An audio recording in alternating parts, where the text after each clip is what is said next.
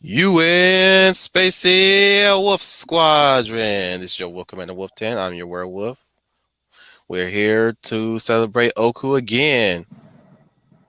Or if you want to be crass, suck his dick some more. What an appropriate metaphor for this one. Wow, Right. that is the ultimate segue right there. Right. Right.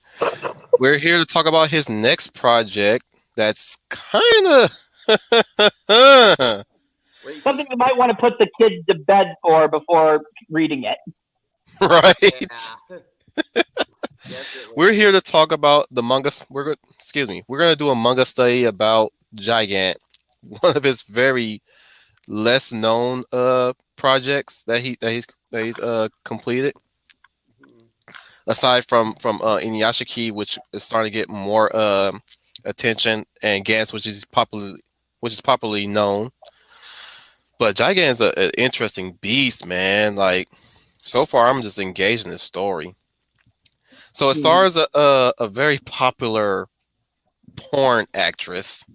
I'm not gonna even give it the proper title, which is adult video actress, which is the correct term in Japan. But and it's also starred an aspiring filmmaker.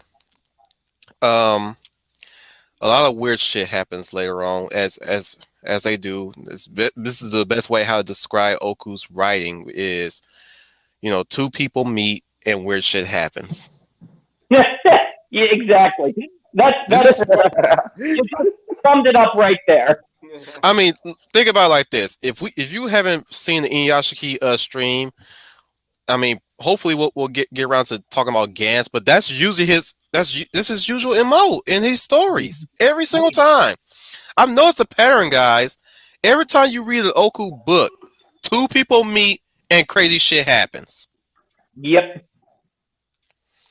Like, so, sure, you get to meet a garden variety of characters beforehand, but like usually it all it all based on two people meeting and weird shit happens. Like going back to Gats, you got Kei Kurono and Kato meeting at the train station, and they die, and then they end up in a room Mhm.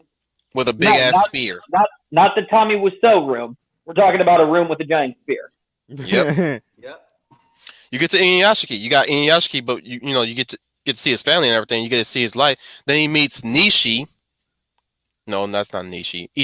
Shishigami, Hmm. and then suddenly something falls on them, And then they and blow boom, up. they're robots. Yep. I don't understand how this man write the way he does and make it so fucking hilarious, but also at the same time fucking awesome. He knows how to keep you engaged. I'll give him that. You kind of like you're almost eager to turn the page. He does effectively hook the reader in. But again, as always, we'll be doing this as a short stream. So guys, I know we like to be on here and talk all damn day, but like I prefer to keep these manga studies short for Okay. the first 5 chapters. Okay. So if anything, we'll probably be rapid firing again like we did with Dorohedoro. Right. Okay. Okay. So we will be returning to long form streams, but like right now we're still tackling the manga studies, which is starting to get a little bit of traction.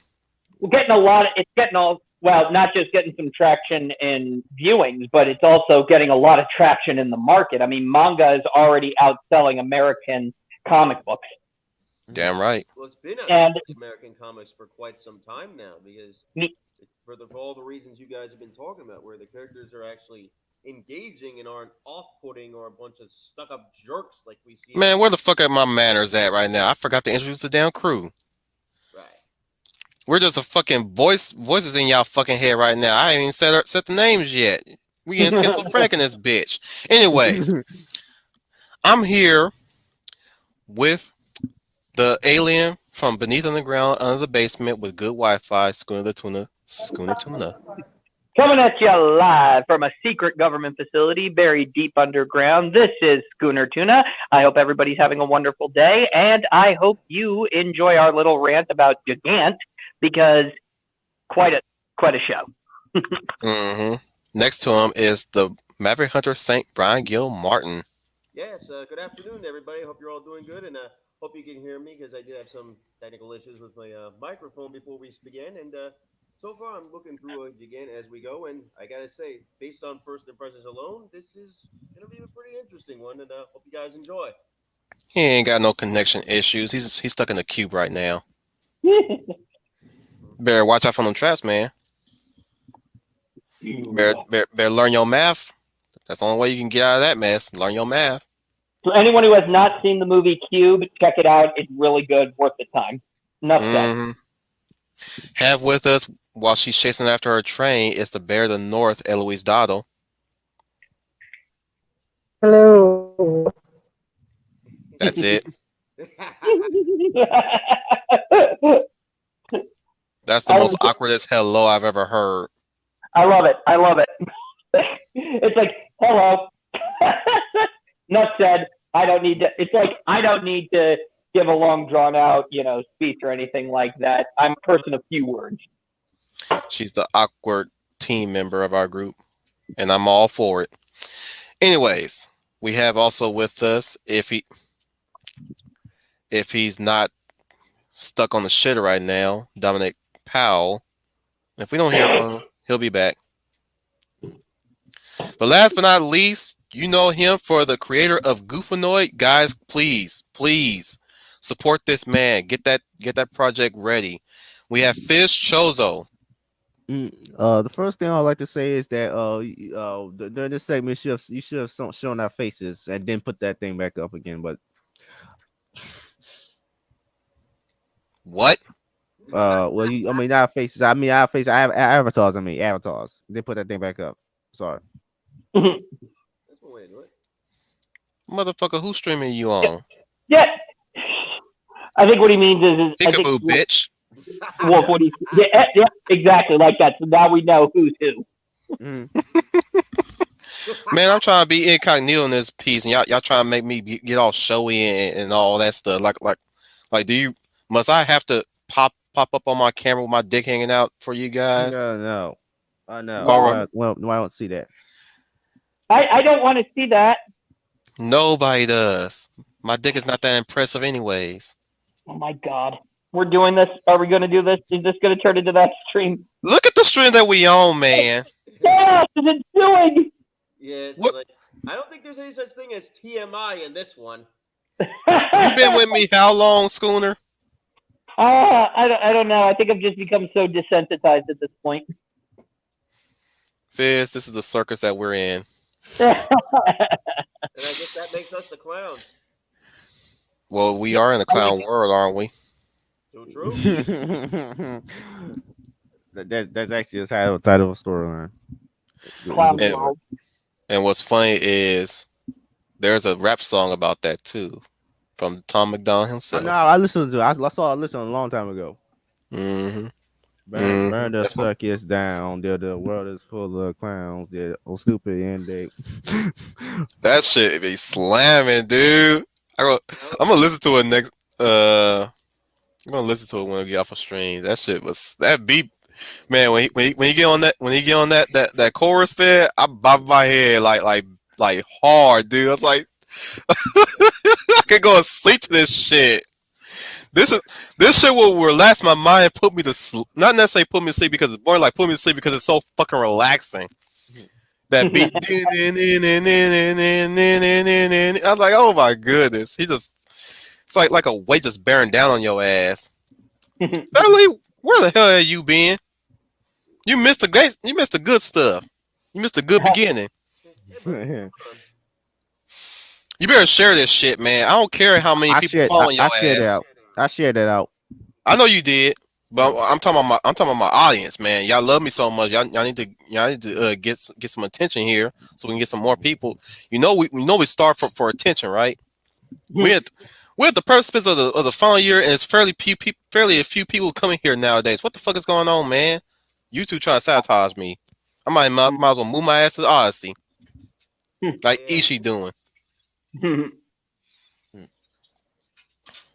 It's some crazy shit we living in, man. I'm swear. But without further ado, let's get into the first chapter of Gigant, or Gigant if you're fancy. and the title is Actress. And we start with a cool like kind of like a sequential motion thing where we have the main character Ray. Let me see if I can pronounce his last name correctly. Yo Yamada. Yo, damn it, motherfucker! You trying to be an overachiever? I got it right the first time. Okay, Yokio Yamada. Shit, Yokio What? Yamada.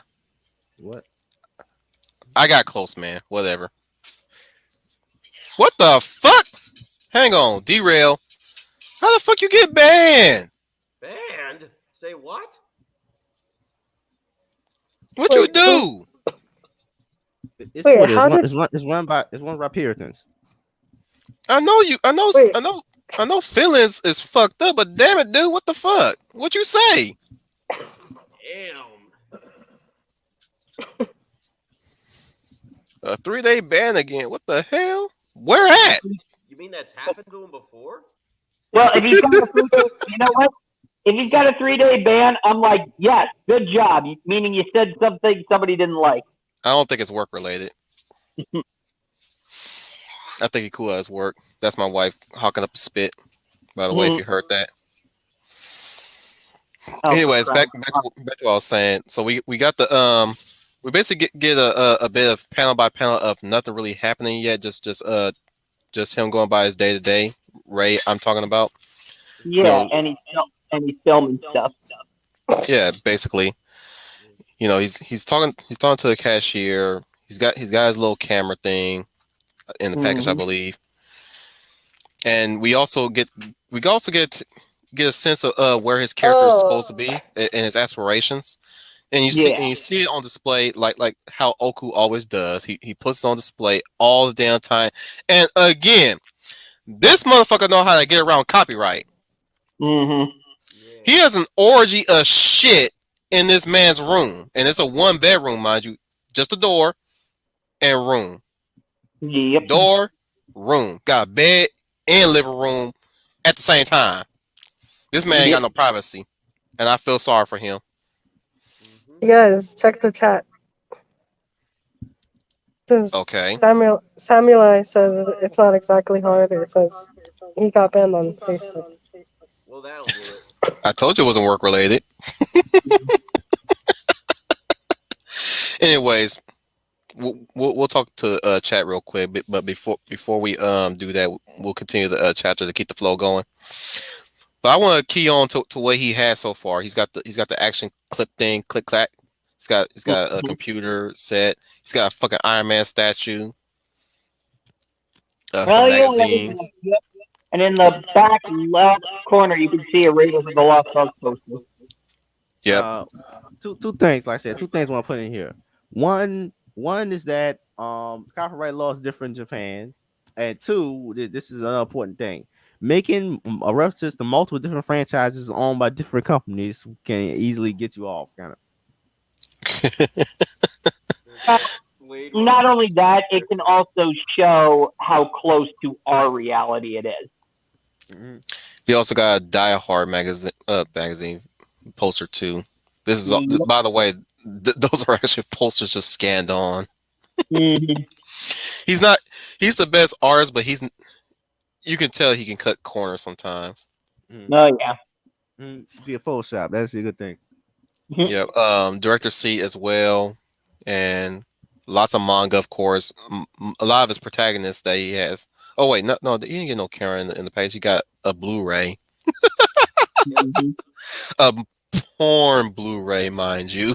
Mm-hmm. So it's very, but it's these little attention to details that really set it up. Because one, you see that his house is big. You see that his room can fit more than just one person in it, and he's buying Blu-ray. So already, without even telling anybody, you can tell a couple of things from this character. One, his family's wealthy. Two, he's clearly a fan of film. And three, he's also a teenager. And he likes porn apparently, because in the next few panels, at the first two panels, it's him watching porn. On a Exactly. Blu-ray, no less. Oh no. But here's the thing. He already establishes immediately how this is another one of those protagonists. He's a teenager, but he's also, remember, a teenager. So he has Hmm. he has porn, he also has video games, he has manga, and he has aspirations of being a creator. Because you see, right above when he enters his room, there's a chair in there that says director, and you can see in the beginning he was filming a little mini movie there. So he wants to be a director. He wants to make movies. Leave it to Schooner to justify this motherfucker jacking off into porn on a Blu-ray. Well, no, I'm just saying too. He's also bringing it back to right back into focus.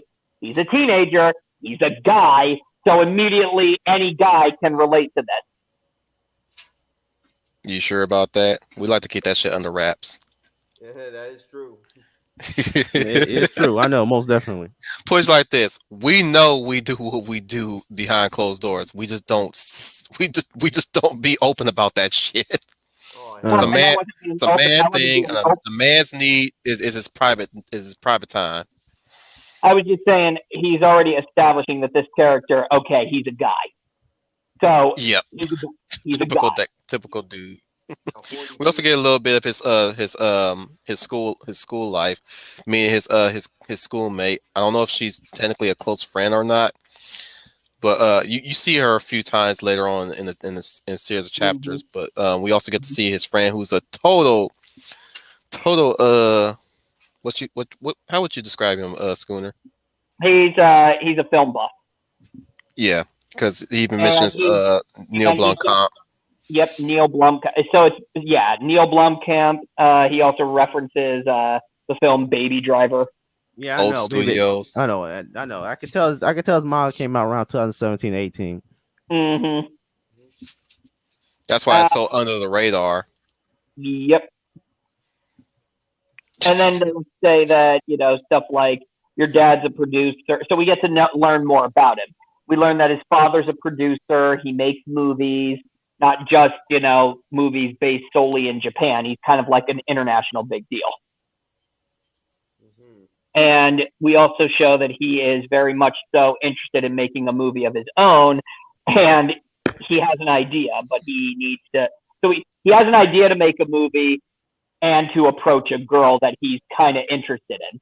So it's kind of like, I need to approach the girl, let her know I'm interested in her, but without letting her know that I'm interested in her. If you want to be that fancy. Well, and that's the thing, too, because you see the way that he's talking to his friend here. He says, are you sure about this? We're asking Shinozaki-san. Yep. And he says, dang, she's totally going to say no. We don't know this. This is your first film. It deserves a good actress. Come on. I know you just want to ask Shinozaki-san. It's an excuse to get closer to her. And he just looks at his friend. And then right at the next panel, they're asking her, you want to be an actress? That's what. What'd you say, Brian? They say he wants the goods. That's what. If you know I like how she's taller than they are. Mm-hmm. Yeah. And he goes, an actress, I've never really acted before. And they're both, I love it, the typical anime guys who are just shaking in their pants and just sweating. And she says, you know what? Sure. Why don't we make a movie? She says, so this movie of yours, it's going to be shown at our school festival. No, I'm submitting it to the Piano Film Festival. It's a big one. And she's like all in, like, oh, really? Then I'm in. What's your take on that one, Fizz? It's just generic at that point. I mean, whatever. Like, it's whatever. Well, I also think it hooks us in too, because we want the protagonist to succeed at this point. Why? Because he's our main character, and already you've kind of shown that you kind of want to see what he can do. And it's the typical Oku starting point. Yep. Where we get to see the characters first, and then see the craziness afterwards. Mm-hmm. And so, what is it? We need help. We need an actual crew. So we could see that it's coming. We could see him writing a script really quick. Like he's really like they don't even have a script yet, and he just asked the actress to be in the movie. So yeah, obviously he was interested in getting close to her. Now he's just writing a script. Obvious Terminator game model is obvious. Mm-hmm. Yep. And he's all proud of the game. Yep. And he's all happy, he's excited, he's typing. We see the girl, how she's all hanging with her friends and talking. And then he goes to these guys and says, "Hey, do you guys want to work as a crew?" And he's got his script, and you think, okay, we're moving forward. And she comes and approaches him and say, "Hey, is it true that it's a love story? Your movie, I mean?" And he goes, "Oh yeah, it's got love, a little fantasy. Will you be playing the other lead?" And he goes, "Why?" And she goes, "Oh, I thought you'd be right for it. Because taking a good look at you, you're pretty cute." And he's all happy, and it's like... She's just straight up putting the moves on his ass. No. She says, "It'll be great working with you. Be sure to get my good side." And he's like, "Oh, I will." It's like the day of, and they're getting ready to film. She walks up and just tells him, "My boyfriend told me I can't do the project. I'm so sorry." And walks right off. You see the boyfriend too. Of course, the boyfriend has to look like that typical manga boyfriend. Mm-hmm. Got the manga boyfriend hair. Yep. Standing off in the distance, being all like, disinterested, and then just walks off. Hello. Looks like Light, doesn't he? Yeah, he does actually. He does. Okay, I'm back. Welcome back. Welcome back. Brian, you were going to say something? Hang on, Schooner. Oh, yeah, sure. Crap, I forgot my train of thought here. Sorry. You were talking about something about love or something like that? I think it's like thinking earlier that the guy wanted to get inside her pants, or lack thereof. Well, he is wearing pants, but still, like, what I'm saying is, like I said, she like throughout that whole talk, you gotta be honest. It's like she's really kind of putting the moves on him slowly. like, damn, you just sweet talking him right now. Like, is there something going on there? And then she pulls out the boyfriend. Like, damn, give the man hope. Why don't you? Yeah, I think that's one of the things I noticed here too, because if anything, this is foreshadowing what's coming. Believe it or not, tall girl, and then she's got a boyfriend. She's pretty. The main character likes her, and all that stuff. This is all foreshadowing what's coming. Well, here's an added foreshadow. Like while he's walking home from school, he comes across a guy who's dressed in a very unique fashion. Mm-hmm. Got that helmet on. That's the only thing you noticed? Yeah, I noticed that guy. Hang on. Before that, after the girl says she can't be in the movie and she leaves with her boyfriend, you see them walking home, and the two of them are noticing couples walking around. So they're already setting up that the main character is not so much upset about not filming the movie. He's lonely. He wants, somebody. He wants companionship. Well, shit, that's true to real life anyways. Most of us have walked by couples a lot. Yes, yeah, he wants something to stick his little ray into. Okay. Anyway, that's usually sometimes the first thing you think of, but over time it turns to romance. Mm-hmm. But eventually. But as you guys are saying, he happens to walk by some guy and he sees something out of the ordinary. A guy in his underwear, wearing a white shirt and a backpack and a helmet. And he's like, but then he just pays it no mind because, it's like, well, this is the city. Mm-hmm. And then he comes across what will be like, the inciting incident. Yep. So he's walking past what they say in the storybook. What a coincidence. He walks past a whole bunch of posters and he's like going, wait, whoa, what?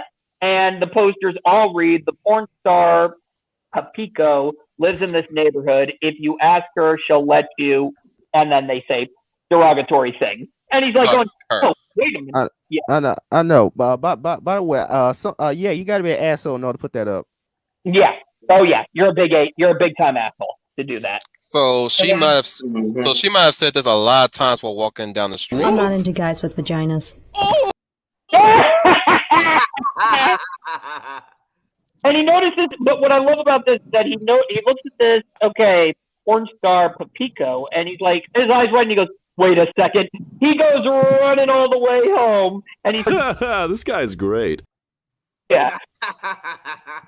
He goes running all the way home, and he starts checking all of the message boards online, like saying, oh my God, is this true? Is this true? Is this true?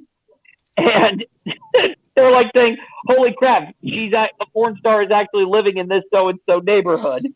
And Before we even got into discussing this, I want to make it clear, but I forgot to do this, but I might as well do this right now since I'm bringing it up. I like to think that this is Oku's viewpoint on how Hollywood, or at least how the populace views celebrities. When you think about it like this, think about living in Beverly Hills, right? That's usually the place where celebrities goes, and you live there your whole life. You as a regular resident, mind you, but you notice that say for instance, take this as a visual. You're at your house, you go in to check your newspaper, and suddenly a moving truck comes in, and this big expensive car drives right not too far behind from the moving van, right? Mm-hmm. And you notice that it's freaking. Let's go with somebody not so well known. Letitia Wright. Okay. For those who don't know, Shuri from Black Panther. Yeah, I heard that name before. Letitia Wright. I'm not talking about you motherfuckers. I'm talking about the people in the back. Mm. I'm just saying, like Letitia Wright is moving across the street from you. Imagine the impact of that. Like people knowing celebrities, knowing that they live near. Like who fighting the win?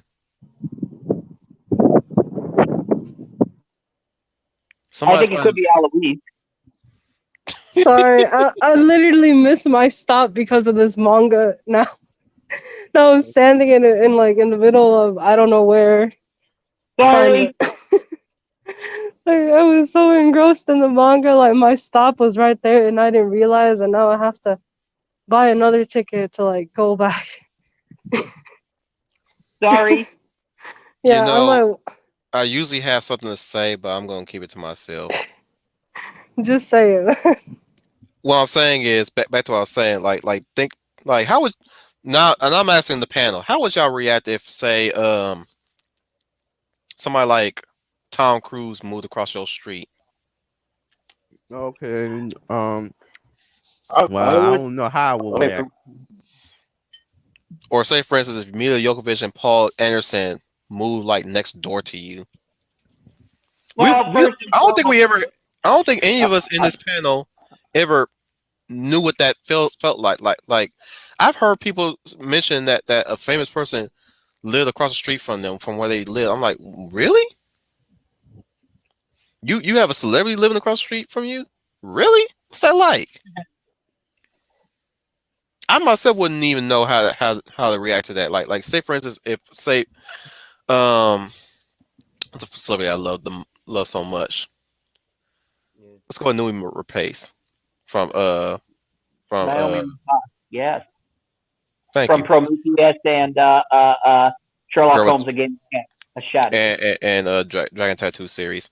But yeah, I wouldn't even know how I react to that because like damn it, like she's one of my favorite Swedish actors, and I'm like, man, I wouldn't even know how I would react if she was like somewhere next door to us, or across the street from me, or a few blocks away, or somebody came up to you talking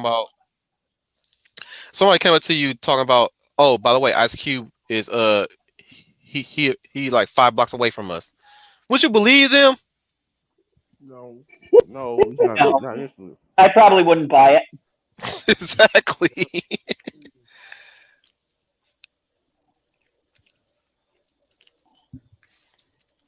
But yeah, let's continue. So that's basically what he did. He went back there and did exactly what this is. Like you were saying, this is some really interesting commentary that Oku does with in this one in particular. Not just Hollywood, but also where people get their information from. Because what's the first thing he does when he goes home? He goes on and he looks on social media, tries to see Mhm. if there's anybody close to him who's letting him know. And so if there's anybody close to him who can confirm it. And he's reading, and then he says, okay, now I know it's confirmed. Starts reading more information about her, and then he starts reading the gossip columns. And then, of course, the boom. The boom's been lowered when he finds out she's got a boyfriend and he's a player. Yeah. Meaning, let me see, he plays video games. Yeah, so he's a gamer. So it's like, oh, my shot is totally gone. We also bring up who also visits him while he's on his social media. None of his dad, who mentions that he's Mm. going to cut his budget if he don't fucking buck up and study for his math test and get better grades. So Yep. you got that kind of conversation going too. Like, you got aspirations, but your parents want to push you in a direction that's going to be viable for, you know, either the family's sake, for your sake, for your future sake. Mm-hmm. Of course, he goes he goes to study, but we get this. You get to a shot where, excuse me,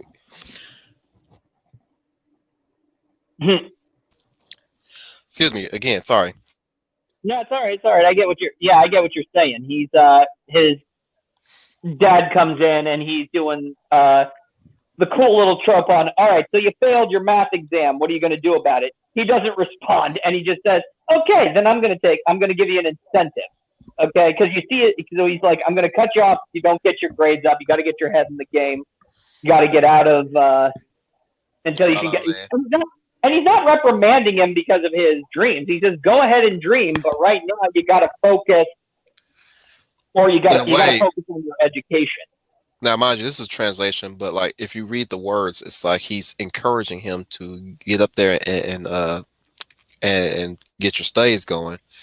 But you Mm-hmm. notice in the next two panels, you see if I'm interpreting this correctly, he has difficulty studying. Mm-hmm. He's got a wealth of distractions, mind you, but still, like even if he had that wealth of distractions, Mm-hmm. he could probably apply himself to studying, but he has a hard time studying. He's Mm-hmm. got You can kind of tell he's one of those type of people that's more well adjusted if they work well with their hands rather than studying. Like he's more of a Mm-hmm. physical person. Yep. And he's He's also more of a hands-on learner than an auditory learner. Yeah. because, and here's the thing: if he's motivated, he'll go and do it. Because when he went and talked to the girl about being in his movie, what was he doing? He was working, he was getting things done, and it all just came crashing down when she said, "Oh, my boyfriend told me I can't be in the movie." So now he's back to being unmotivated. But but later that night he goes out of his way to rip down the signs that the hurtful, very hurtful signs off Mm-hmm. the walls, the gates. He's basically being he's basically doing community service Mm-hmm. And or basically also recreation, being free a recreation. good Samaritan. Yep, that's another thing. Good Samaritan, altruism. Again, back to what Oku always push within his media, altruism. Yep. Just somebody Which going is out of definitely their something way. that is sorely being missed Push in pause, guys. entertainment. Brian, you got lower again. We can barely hear you. You sound far away. Oh crap! Not again.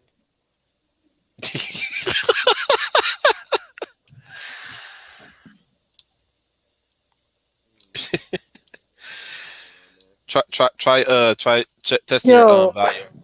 yo, I just got to the part where like there was like some fighting in the comic. We're not there yet. Shut up. You're not there. Shut up. I didn't expect that. I know you didn't, but I know. we're not there yet. That was my reaction. I'm just telling Eloise that I didn't expect that either when I first read it. What I meant to bring up earlier is when you brought up Oku like advocating for altruism. That is something that is so sorely being missed over here in the West. Mm-hmm. Let me give my thoughts about the cleanup that he's doing. I've done that recently, by the way. Mm-hmm. Where you Um, just, like I've seen like stickers like abolish the Second Amendment. I ripped that mm-hmm. shit off. BLM. I ripped that shit off. Like Yeah. any kind of flyers or at least anything, I start taking things off now, and I don't care if anybody see me. Yeah. So, you know, Well, don't let anyone ever tell you that chivalry isn't dead. I mean, yeah, those who put, I mean, in this, getting back to the Gigant, whoever put that up was clearly trying to be hurtful or didn't like the idea that maybe there was a porn actress living in their neighborhood, or maybe somebody just wanted to be an asshole. Yeah, and probably. for Mm-hmm. all we know, that could lead to a assault case in the Mm-hmm. future. The Mhm. Now, point here's another being, thing. Yep. was hurt. The It's point funny being, that go ahead. I'm sorry. I was gonna say it's funny how we're seeing him ripping off signs when recently there was a video circling around about Lay ripping off those hand signs on the train. Mm-hmm. Mm-hmm. Remember that? Yep. That's what I'm saying. Like things like that are happening even as we speak, which is funny that this book, what year it came out of? I think it was Yeah, it came 2000. out in 2018. Yeah, Okay, so 2017. this is a Oh, fairly recent book then. 2017. Yeah, I was a year ahead. Yeah. 2017. Yeah, 2017, and it's funny how I predicted people ripping down signs that depicts terrible content that indoctrinates our youth, our Mhm. peers. Oh yeah. Yeah, or just that's just How I'm plain. recently ripping down signs I've seen that I didn't like. Yep. Yeah. But what I I mean, find, Oku was ahead of the game when he was writing Gigant. I think what's funny is that while he's tearing them all down, he just looks down. He's just saying, he goes, "Oh, math." Yep. His dad's telling him you got to get the math test grade up and all that kind of stuff. He can't focus on math, but he goes running over and he's highly motivated, tearing down all these signs. He doesn't care how people are looking at him. He's just tearing them down, tearing them down. And he's like, math. Mm. Ugh. Ugh. He even visits her Twitter profile. And Mhm. while he's tearing the signs down, he Papito. meets Papico. Yep. Mhm. She-Hulk. As he's torn down the last sign, he meets her, Papaco, and she says, "Are you the one who put them up?" And he looks back and goes, no." And she says, "Then why do all of this?" And I love he immediately has given her the once over, and he's like all like he's like, "Oh my god, she's right here before me. What Keep do in I do?" mind, guys. Keep in mind the site that we're reading this manga on. If you scroll down, you get a face full of something. Well, there's a lot of eye candy. Okay, there's a lot of eye candy. Yeah, eye candy is one thing you No, can call it. no, you get fan service in here galore, okay? And this is just chapter one. You go further into the series, the fan service gets whoa. It ratchets up onto an Mm. all-time high. Now, one thing I like that Oku does sometimes, especially when you meet these characters, is that they just bamf into existence in the way Mm-hmm. how he draws them. It's like the moment he's done, he's already done. He's like reading through her Twitter, and you hear the voice. But of course, if you're reading this in a physical copy, you turn the page, and there she is, right there, right behind him, not a few, just a few feet away from him. Mm-hmm. Because again, she's in that neighborhood. But of Yep. course, you wouldn't have believed it. Again, it's like you'll be walking. It's crazy how regular celebrities can be, but we see them in such a way, and you wouldn't even notice them half the times, or even you see pictures of them walking through everyday life, right? Mm-hmm. Mm-hmm. But you forget that again that they're human, but at the same time, like you see the pictures, you see them normal. It's like it's weird how you would react if you saw them walking past you, even. Like I remember my mom took a picture with Will I Am at the freaking airport. Mm-hmm. I don't know It what kind the of hell has the to look man. good. you kind of have to do a double take if you see a celebrity there because you're like, is that a celebrity or just somebody who looks a lot like said celebrity? It's funny because like I'm pretty sure the man is a nice guy in real life, and he stopped to give him the time of day to take a picture with him, and it was so casual. I don't know what the man was wearing. Man looked like he was wearing a gown or something like that, a preacher's gown or something. But like for what it's worth, it looked like he was warm in it because this was during the winter time when she took it. But yeah, like stuff like that, like or sometimes I'll come across somebody who met one of a celebrity on a regular day, Mm-hmm. or there was one time I went to this one place and they had a picture of Ice Cube visiting there one time. I'm like, wow. Mm-hmm. Hopefully one day I'll bump into a celebrity. That's one. That's one on the bucket list that cross out. Mm-hmm. But that's some realness right there. But go Yeah. ahead, Schooner. You were gonna say something. Exactly. He's just like, yeah, I know what you're talking about. It's like this is exactly how it would be if we run into a celebrity, any celebrity. Okay. And you're just like, no, I just thought I'd probably I didn't like these signs. I'm taking it all down. And she says, wait, you know who I am? And he says, I'm kind of a fan. And what does she do? She looks at him and says, far out, gives him a hug. And that's how the first episode ends. So you're like, the first chapter ends, and you're like, oh my god, I gotta read more. I gotta see what happens next. Well, it's so heartwarming, you know. I know that daddy's probably he's probably holding his little boy in, if you know what I'm saying. Yep.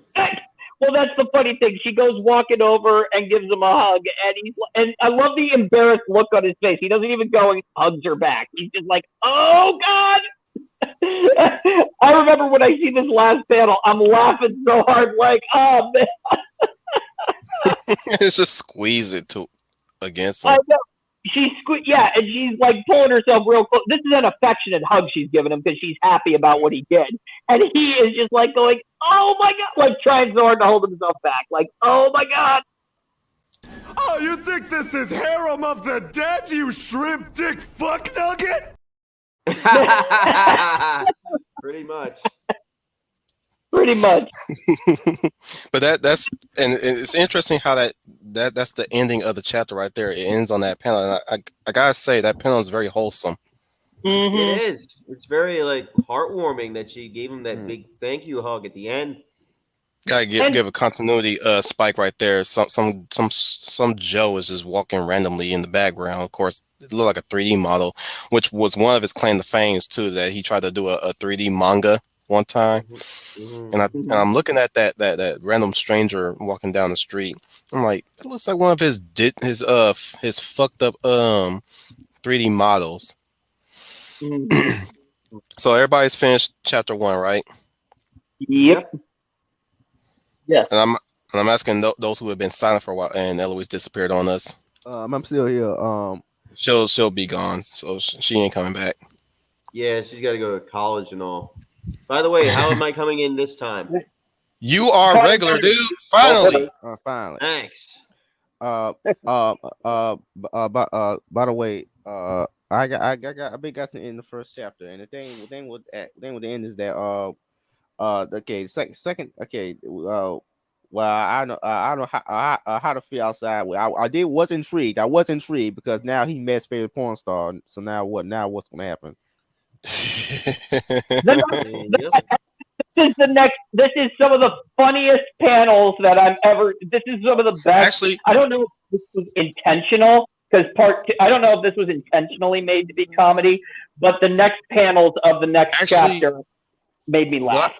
Yeah, actually, I took it the wrong way. What I got out of this is his version of a fucking rom-com, dude. Yeah. This is a superhero romance comedy, much like almost in the same vein as Eureka 7. Yeah. Eureka 7. No, Eureka 7. You wouldn't like it. It's mecha. Okay. Yeah, it's mecha anime. Yeah. It's weird. It's exciting. It's amazing, but it's not your cup of tea because you're not a mecha enthusiast. Exactly. I got a question. Are we on chapter 2 right now? Yes, we are on chapter 2. Begin. Yes. Okay, because chapter 2 picks up, and I'm really happy. Chapter 2 picks up immediately after the first one, which I'm so happy about. They're just standing there. Serialization.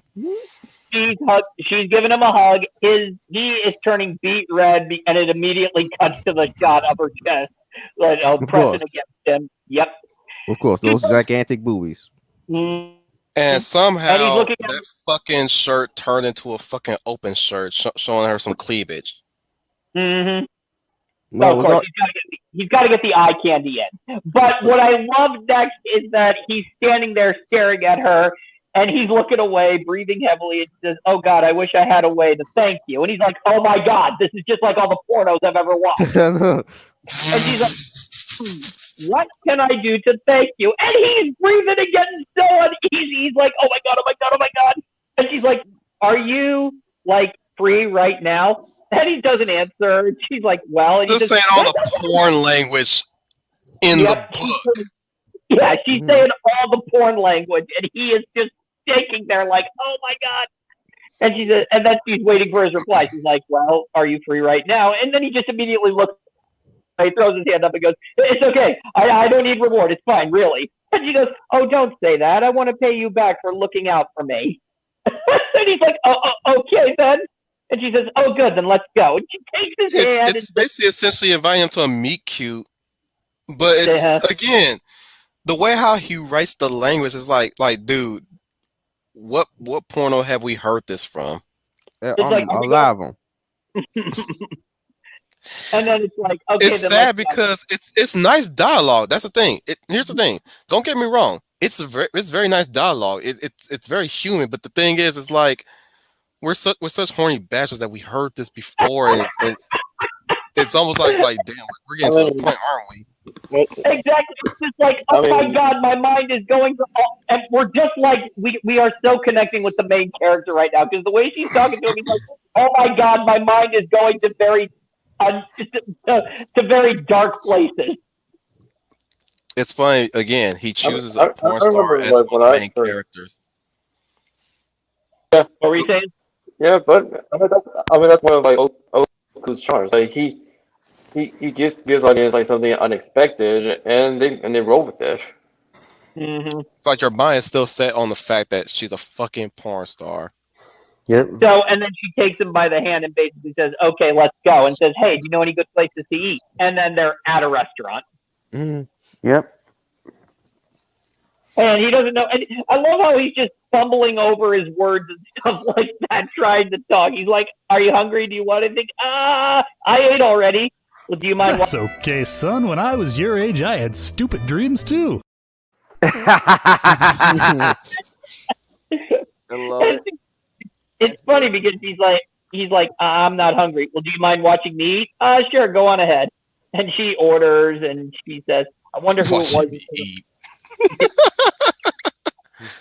I wonder who it was who exactly put up those nasty posters, you know. And he's like, "Oh, you said it.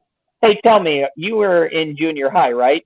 I'm older than that. I'm in high school. You got a name?" And he tells her name, and she's all being nice and sweet to him.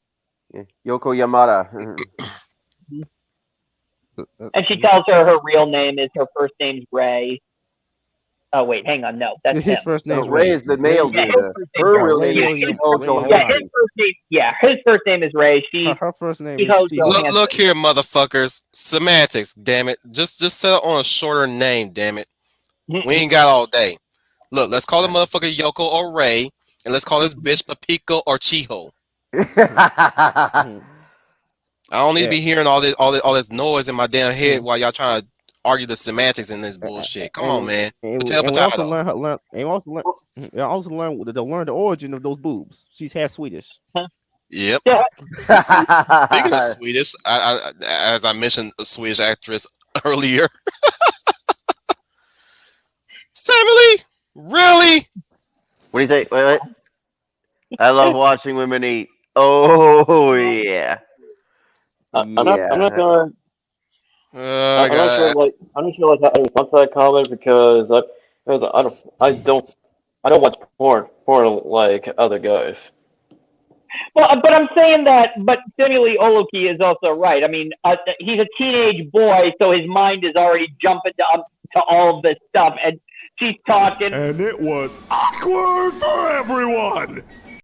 Exactly. Yep, that's how it is. That is exactly how it is. But and what's funny is that what was it? She then asks the question because she's also very forward. I love this. She's very open and very forward to talking about this, and I'm like, well, it would make a lot of sense. You know, she's in pornography, and of course, she would be very open to discussion. I like the fact that her boobs are having a rest spot on their own.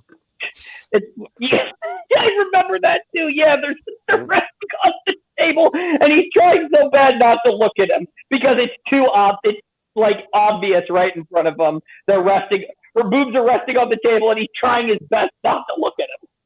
Bitch got boob game on lock, man. Like seriously, like that's all she needs to. Really, that's the only way she can. Well, not the only way, but I'm just saying, like that's one way of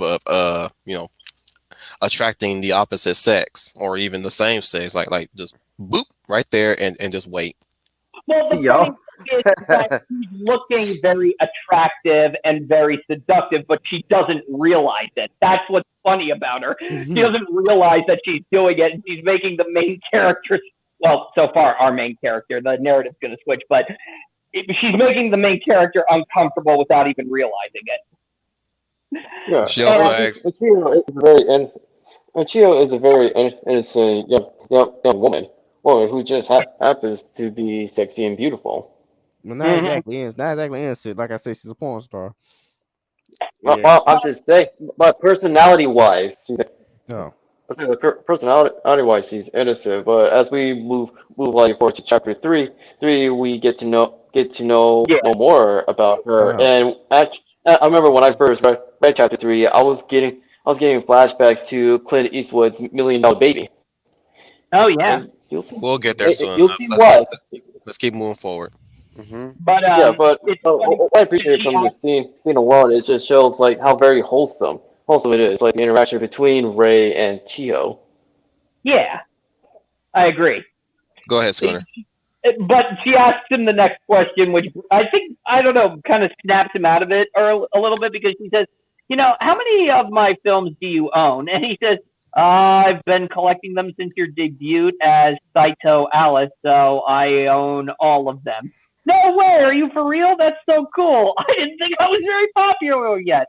I'm chilling with my biggest fan.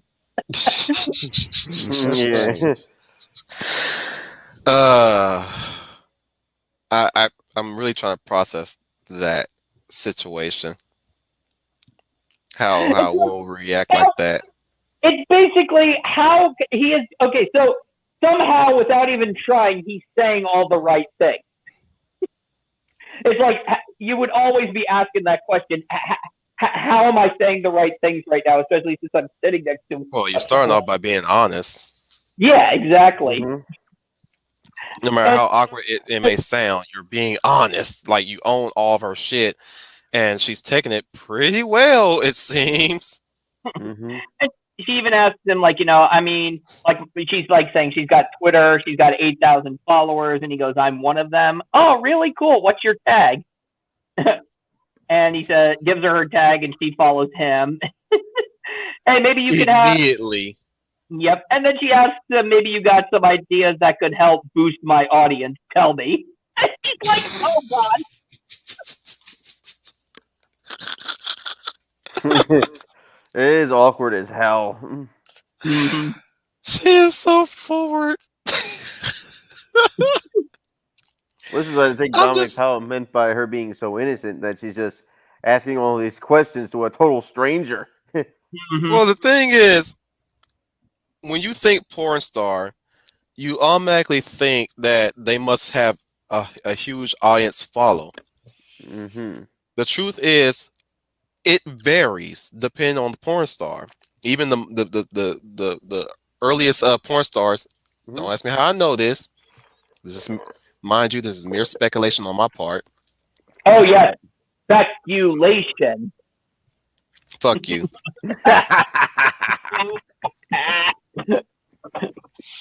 But what I was saying is like you think just about every porn star has at least like a huge following, at least up to 1,000, maybe even more followers following their Twitter page, their Instagram page, what have you. Right. Not all of them always have that kind of following. I mean, half the time they're times overshadowed by the more popular ones. Like, I hate to name them, I really do. Like, I can name one, but he's a male porn star. Ron Jeremy. He's oh managed to God, break infamous. infamous. Hmm. He broke the mold, and now he's coming. Now he's made his way into comedy. Oh yeah. Yeah. I still like his cameo in Crank High Voltage. Oh yeah. Yep. That motherfucker. But He's got yeah, a great like sense of humor. I like the first one better. Yeah. Well, no, Frank, yeah, I'm talking about Ron Jeremy. Yeah. Crank between the two cranks, I like the first one better. Second one is fun, but it's like I was getting to that I was going to that mode where like the sequels were too exaggerated for my taste, like Harold and Kumar Gun to Obey. Yeah. Mhm. I think that's the problem. Well, okay, here's the problem with most sequels. They always think like, oh, just remake the first movie, but with bigger stuff. Bigger, better, bigger, make it That bigger. was the mindset of that time too. Yeah. Like soon as the movie gets successful, sequel, and then what are we gonna do for the sequel? Well, let's use the first movie as a blueprint and just go further than that, or Yeah. go bigger than that. Like they just use the same gags like the first one. Mhm. Only this time, in the case of Crank High Voltage, let's turn it into a kaiju fight. Oh my Mhm. God. Like he's going to fight a specific character, and suddenly there's a kaiju fight. Only this time he's fighting alone. He doesn't have a gay character fighting with him. Let's take the funny gay character from the last movie and turn it into his brother who has full body Tourette's. Oh God. Oh, good grief. Yeah, that gets really annoying because whether you're making a sequel of a successful movie or a remake of a movie that was popular back in the day, like Oh, the Hollywood ties like miss the point of why those movies were successful in the first place. let's reuse the drag queen dance. Only this time, let's make the black drug dealer part of that shit too. Exactly. I mean, Y'all remember that shit? yeah, I do. It's like, well, and I do ask myself always whenever they do this something so ridiculous in sequels. I'm like, why? Which my best quote from that character from the first movie, y'all look like the Somali Negroes.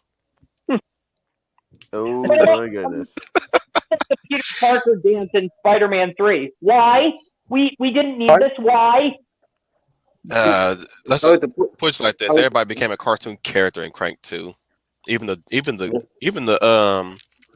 girlfriend at one point. Yep. I mean, the idea of Yep. Another thing is, didn't the directors of Crank didn't they direct Happy or something? Yes, they did. Happy, the TV show. Yeah. Which is actually it's screwed up, but I actually liked it. I liked it too. I loved it. I loved the first 2 seasons. it's also based Only it is based off of a comic series made by Grant Morrison. Yeah. But anyways, it didn't get a 3rd season. People trying to save it on Twitter. I heard people got hashtag going on, save Happy.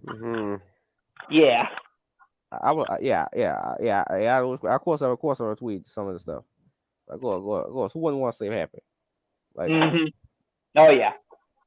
I don't get why the show wasn't more popular. I think it's for a niche audience, but it's that's for a whole other stream though. I'm sorry. I'm kind of I might have to do that on my channel. Oh, that's an idea. Yeah, like don't know. I'm on MeWe now. Oh, you're on MeWe now? Sweet. Yeah. Finish yours out. All right. All right. We'll find you. We'll find you. Mm. But just to bring it back to Gigant, sorry.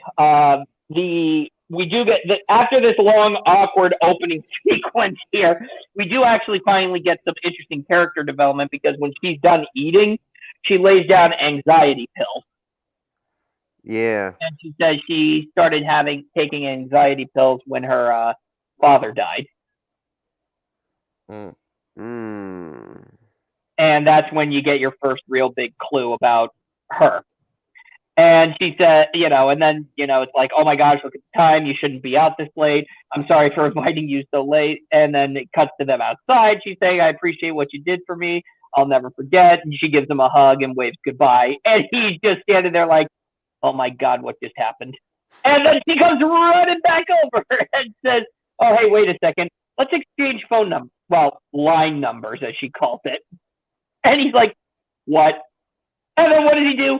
Goes running right back home and looks at the Blu-ray DVD. He's like, oh my God, I can't believe that just happened. Mm-hmm. I just thought that was so funny. Yeah, like he's gonna be on like cloud 9 or some shit like that. Well, because the next day he's at school and he's like saying, to his friend, he's like, so something happened. And then it cuts to him in class while the teacher is, giving the lecture on the math test, no less. And what is he doing? He's looking at his phone, looking at pictures of her online. And he's just like, wow. And then he's running home. He's filming everything that he's seeing like he usually does. He passes the guy in the helmet wearing the underwear and the white shirt again. But he pays him no mind.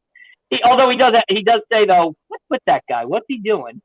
And then he happens to look at his grade, and he realizes he just blew the math test. Damn. Again. 25. Ouch. Mm-hmm.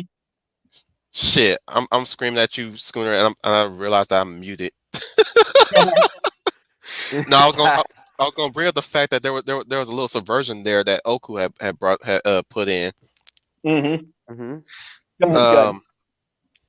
There was a panel where she lays out the anxiety pills, and your first thought would have been, oh, so that's because she has to deal with a lot of crazy shit, with her line of work, right? But you bring up the reason why she has those anxiety pills, which was interesting to say the least. Like sometimes not everybody's a basket case. No, right. It's not healthy for her to have those, mind you. Yeah. Right. But at least you know the reason why she has them. Exactly. And not only that, you realize that despite her bubbly nature and how outgoing she is, she's far from perfect. Okay. Would you say she's like a Stepford Smiler, as the saying goes? I think no, she's not going through terrible shit right now. Not until later in the she's not like forcing a smile on herself, but you can clearly tell that despite what we've seen of her so far, there's more to the surface. There's more than just surface level stuff going on here. Yeah, exactly. So she's not close to being a Stepford Smiler. No. Right. She might be getting there, but she might be handling it far well than most people do too. On that same token, right? Exactly, and yeah. So he's got a first. Got anything for that, Chris Chan? Yeah. Woo. Now that's the ultimate Stepford Smiler. Yeah, right. He can't even keep that shit in. No, he cannot. Nope. What was I going to say? But it's funny because they show him botching the test, and I love that. Yeah, quick aside. I don't give a shit where y'all think I'm being horrible to Chris Chan. Okay? At this point, where things are heading with him right now, I hold no sympathy for his ass. Whatsoever. The guy raped his own mama, so brought it all on himself. Yeah, we reap what we sow. He created his own. He created his own monster. He's his own worst enemy. Say what you will. Yeah, say what you will about the whole blue spike shit that happened to him. Mhm. That I want to have sympathy towards him, but I am not like everything else that he does after that incident. Like think about it like this: that did not humble your ass at all. Right. Like that whole situation did not humble your ass. You still like he like looking back at that now. Like yeah, he gets my sympathy and my pity in that regard. But what he does after that, Right. it's like you didn't learn shit from that, did you? No, he did not. And it's interesting because I can actually tie this back to Gigant because he is taking Oku is taking a shot at not just celebrity culture, but he's also showing that these are no matter what walk of life you are as a celebrity, you're still a human being, and you're Exactly. still and Exactly. you are okay. And as much as you want to pretend to put yourself on a certain level, now not so much in the case of our main character here, but it's more subtle. It's just he's getting us to sympathize with her. Okay, he's getting us to sympathize with her in just a few short minutes, which by the way is nothing but a stroke of brilliance. Go ahead, Schooner, if you want to Yeah. narrate that. Well, yeah, I mean, he's already yeah. That was just a quick aside, but they're showing that celebrities are people too and are prone to mistakes, and they should be held accountable for a lot of what they do. Oftentimes, they think that they shouldn't, and then they have a reality set down on them really hard. I mean, how many of these celebrities actually started crying whenever the guilty verdict was read? Anyway, that's a quick aside. But getting Moving back to on, we get more of his parents' lives and his house life again. yep, and again, we get back to that whole strict parent thing. It's right when he tells his dad, "Yeah, I got a 25 on the grade." He's gonna go. He says, "You're gonna go to cram school, and if you fail the next," and he says, uh, Can we not do that?" And he says, "What? You don't like it? Then you got to get more. Then you got to do better. Okay, get a 70 on your next exam, and if you can't manage that, I'm going to take away your camera." And he's He's like, calling Schooner right now. Yep. Oh, come on! Pretty much. exactly. I'm like, "Oh, come on." Well, serves you And of right. course, every child's reaction for every time when you get that kind of ultimatum, he's a freaking drill sergeant, or in most cases, they tend to liken their parents as dictators. Yup.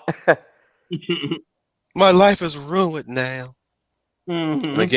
again, here's another situation where he's literally trying. He's really trying this time, but again, it's like what Schooner was saying. Lack of motivation is what's preventing him from doing that. Yeah. And he does a few times of studying, and he goes right to bed. Now, this reminds me of Persona 3, Mhm. where like if you like so many ways you can go about your day within Persona, Mhm. and how it affects your daily life when you go through Persona 3. I wish I still had my PS2. I want to play that shit so bad. Thinking about it now, cause like I'm like, do I study before I go to bed, or do I just go straight to bed, or do I go to or do I go to the to the dark place? Oh wait, And, yeah. Here, I can picture Wolf. I can already picture you it right now. You're like going, "All right, 2 hours before bed. Maybe I could get some studying in." Ah, who am I kidding? Persona. And he turns on the game. well, no. Within Persona, that's really your dilemma throughout that whole fucking game. Mhm. Like the next day, you're thinking like should you study for that? And Or that's Hmm. and exactly. even if and Who here's am I another thing. kidding? Here's Persona. another thing. Even if you go through the dark world, that's still taking away some rest in your schedule. It's like Mhm. you have to customize your own work schedule within Persona, Yeah. which obviously that's been like the biggest draw in other than the combat system, or at least the battle system within each of the personas. Hmm. Like the whole school and daily life thing, especially the commit, and there's a reason why you have to do that, because the bonds that you make in order to get better where they're called phantoms, I think, if I recall Right. correctly. Mm-hmm.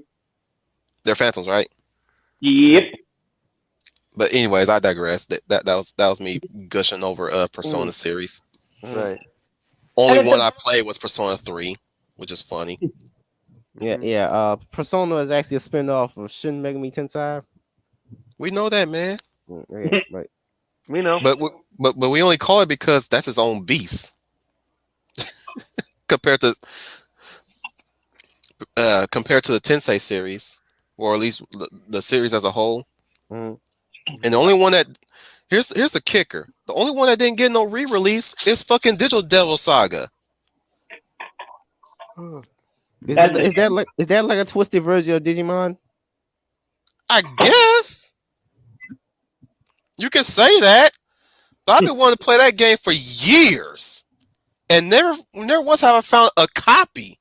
What's Right. up? I'm like, dude, I put that on my list of rare games to own. I got lucky when I got fucking Zone of the Enders 2. And I was looking all over for that shit for the longest time for a while. Shame that I lost it now. And I got the HD release for a while and like this ain't the same as the original. It's just not the same. It just feels weird, you know? It just feels kind of weird, but whatever. Mhm. But like that one, I put that on the list. Persona not Persona, Digital Devil Saga, most of the fucking Doc Hack games. Only one that you find an abundance of is the GU series. GU. Nice. What's another one that's hard to find? Xenogears Hmm. for PlayStation. Xenogears. Mhm. Parasite Eve, Oh yeah. the original. Okay. Back to Gigant. Go ahead, yeah. Uh. Okay. We're on the part where he's laying on his bed, dude. Do you need a minute to collect yourself? Not really. Not really. It's already past that point. Man, you are overachiever for sure. Well, You got your he is lying on his bed and he just decides, oh, you know what? I'm friends with her. Maybe I should send her a message. And at first he's like, oh, wait, she's got a boyfriend. Well, maybe I should just message her, see if she'll even respond. And he says, thanks for the Coke, all that kind of stuff. Good night. And she sends him an emoji, nighty night. And That's what does he nice. do? He has the biggest goofy smile on his face, and then it cuts to him going to sleep, and he's smiling, all happy. Oh. With a Man-Spider shirt on with Yep. that Oh. iconic Todd McFarlane drawing. Mm-hmm. Yep. But that ends chapter 2. We're on to chapter 3 now. Yep. My chapter 3 is a big one. Yeah, it's 20 pages Well, long. It's saying. no, talk about stuff that actually happens. Yep. Yeah. So Finally. So she, yeah. So Yep. so we finally switched to Chiho perspective. Continue, Fizz. She just finishes a porno shoot of course. Mm-hmm. She sees the man in the helmet again. That's what I'm gonna call him. The helmet has a weird ring on it. And then she comes back from the store to her boyfriend's place, and her boyfriend is playing video games. Her boyfriend's an asshole. Like, Oh, yeah. Yep. I know. Like, Get right to the point there. They get right to the point. She says, oh, you're home, and he's just completely ignoring her. He's not even acknowledging her.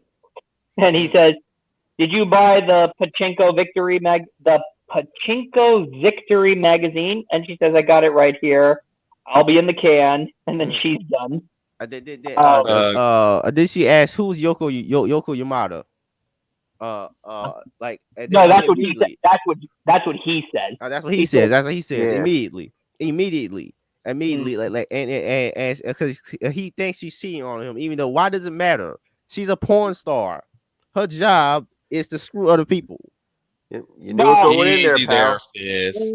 Well, okay. First, I understand with what he's saying, but there are interviews I've actually seen with former porn actresses who actually were able to maintain relationships through there, and it's Right, true right. mutual understanding. And I agree with what Fizz is saying somewhat, is that if you're going to date a porn star, you're going to have to be ready to accept what kind of a Their relationship, profession. the profession that you have to respect their career as a profession. Now, he's more asking this on the side of a boyfriend. I think he understands the career aspect of it, but he's more so asking who is this guy that you're texting? And she says, he's just a fan of mine. And, but more importantly, why are you going through my phone without asking? And he's saying, did you sleep with him? And she just says, are you stupid? And man, he ever suck him off? Yeah, that's what he said. That's hitting below the belt. That's below the belt because I can't describe it. Anyway, she tells him, don't be an idiot. She gets a beer, drinks it. What does he do? Smacks her, and he hits her upside does he smack her? Yeah, he smacks her upside the head. Whack. Mm-hmm. Yeah, anyway, Yep. It's an abusive relationship. I know it's an abusive relationship, but not only that, like again, she assumes his adult girlfriend is having sex with a high school teenage boy, and then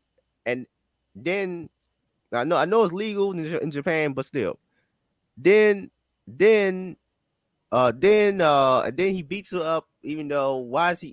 Look, first, again, why does he care if she's screwing somebody else when he already knows she's screwing a bunch of other people?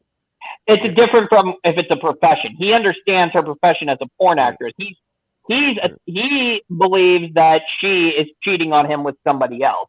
It's different with work, but he thinks she's stepping out on him, and he is a coward. Basically, what Square is saying, he's not a client, or at least a fellow actor. Again, he's a high schooler, so I know it's legal in Japan for her to do this, but for high schoolers, but still, why is he's attacking her like a jealous boyfriend? That's let really me push like this: the relationship that she's kind of in. Simply put, she is definitely in an abusive relationship, but the way how to pinpoint what kind of behavioral tendencies he's having, bro, Romando, what's up, man? Now I feel awful. He says, "Do I have to hit the block button?" You, Romando Dread, you are a coward. Look, man. Well, you're gonna get a pass on that. Oh, okay. I'll get Romando. Okay. Yeah, I see it now. Low blow, man. You cool and all, man. I love you, but I don't want to see that again.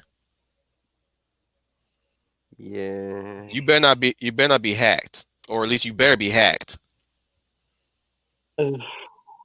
Yeah, that's a bit much. Yeah, I know. Look, I say Negro on here. I would have loved for that to be spelled out, because that's all I'm going to allow, because Negro in Spanish is translated to black. But what you did, come on, man, come on. You wouldn't do this on Ishi stream. No, it's not. Don't do that. But yeah, that's strike one, dude. Strike one. Careful.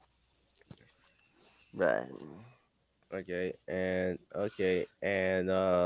so he's beating up his girlfriend. Wait, I'm not done explaining. I'm not done explaining what I read from his behavioral patterns. Yeah. So one, he's ineffectual. He's a gambler from the pachinko thing, and he's possessive. Very much possessive. Like even though she's in a as Fizz has said, she, due to her profession, like he can't stand the sight of her, being with somebody physically that could give her the time of day, unlike him. And of course, we all know he physically assaulted her, power tripping. Yeah, no because he's an asshole. But I give it to her right here because she fights back. I know. Knuckles his ass like a freaking gore from And like. that's what I was going to get to too. This is not the first time that's happened. So at this point she's fed up. Yeah, Mm-hmm. used to fight each other. Yeah, I know. And unfortunately, and what's even sad is the fact that the moment she shows retaliation, his behavior is also screwed up. Yeah. Yeah. And See, he's but, and it basically hang on, Schooner. It basically essentially means he's also a bully. And this is basically what bullies do. They shrink when you show any bit of resistance. Mm-hmm. So I'm gonna read out what he's saying in this scene. He's repeatedly saying I'm sorry, saying her name. I'm sorry. I just get worried. I'm sorry. Key on that word. Key on that phrase. I just get worried. Mm-hmm. The hell? Worried. Right. This is what abusers do all the fucking time in their like abusive relationship.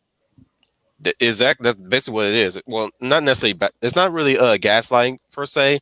It's there's a phrase for it. I've been looking this shit up for a long time.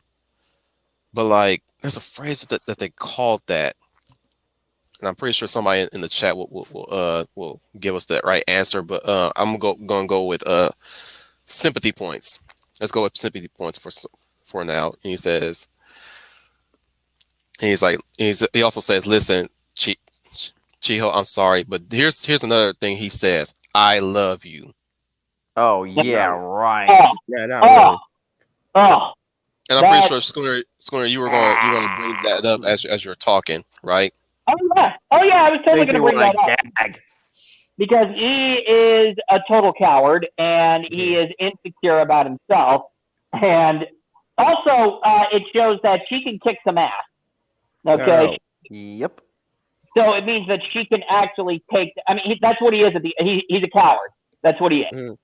He's such a coward to the point that he's intimidated by a high schooler. Exactly. And he's also very emotionally manipulative. Oh yeah, totally. And the story continues like as if brushing off what just happened. She's talking to what was his name again? Ray. Thank you. Talking to Ray, and Ray is like saying, "Oh yeah," and she's like, "Oh yes, I love manga." And then he says, "Here's a little Oko giving himself fan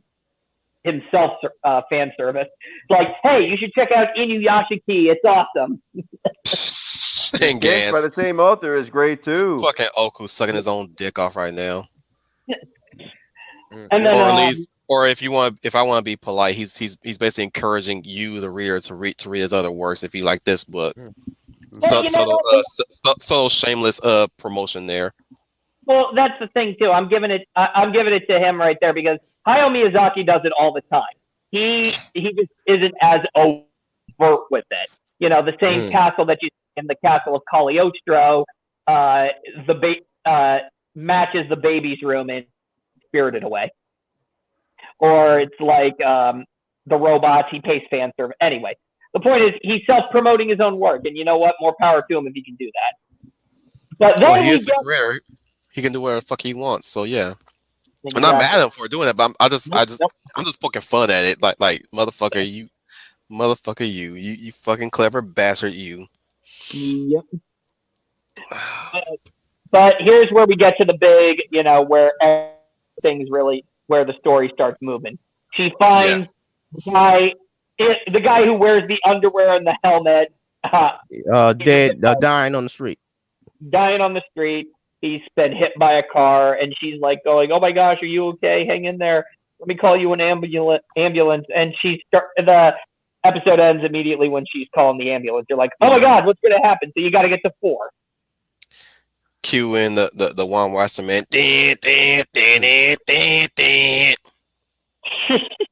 Pretty much. Exactly. So we have to start chapter 4. He grabs her wrist. Yeah. He grabs her Yeah, wrist go, and Fizz, go. sticks this device with a timer on it to her arm, to her wrist. Mm-hmm. Yeah. And it does Everything hurt. else. It's not, It and it does hurts. hurt. It's not something that just attaches on and then, wait, what's this? I know. Oh, she actually This struggles. ain't no She licking actually, stamp. I know. nope.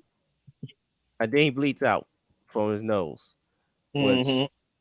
hi, That's another thing that kills me. She can't take it off. And anyway, his helmet was knocked off, but as he lays dying, he reaches for his helmet and puts it back on and resumes dying. He says, please take care of the rest.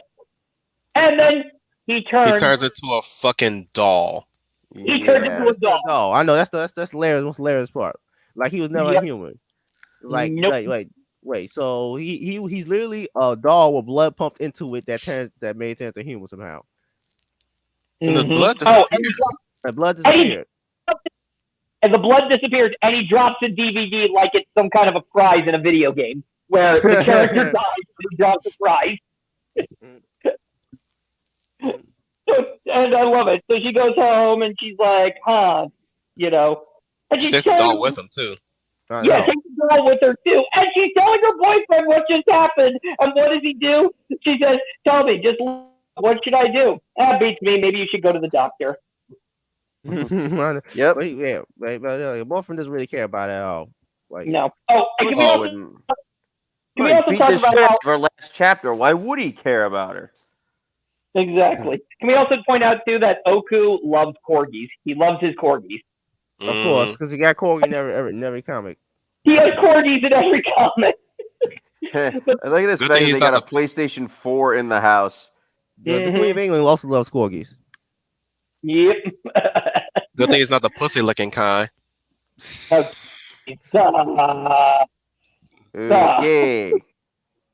But what's funny Come is on, that y'all she's seen like, the fucking anime. yeah, I mean, what anime? What are you talking Gantz.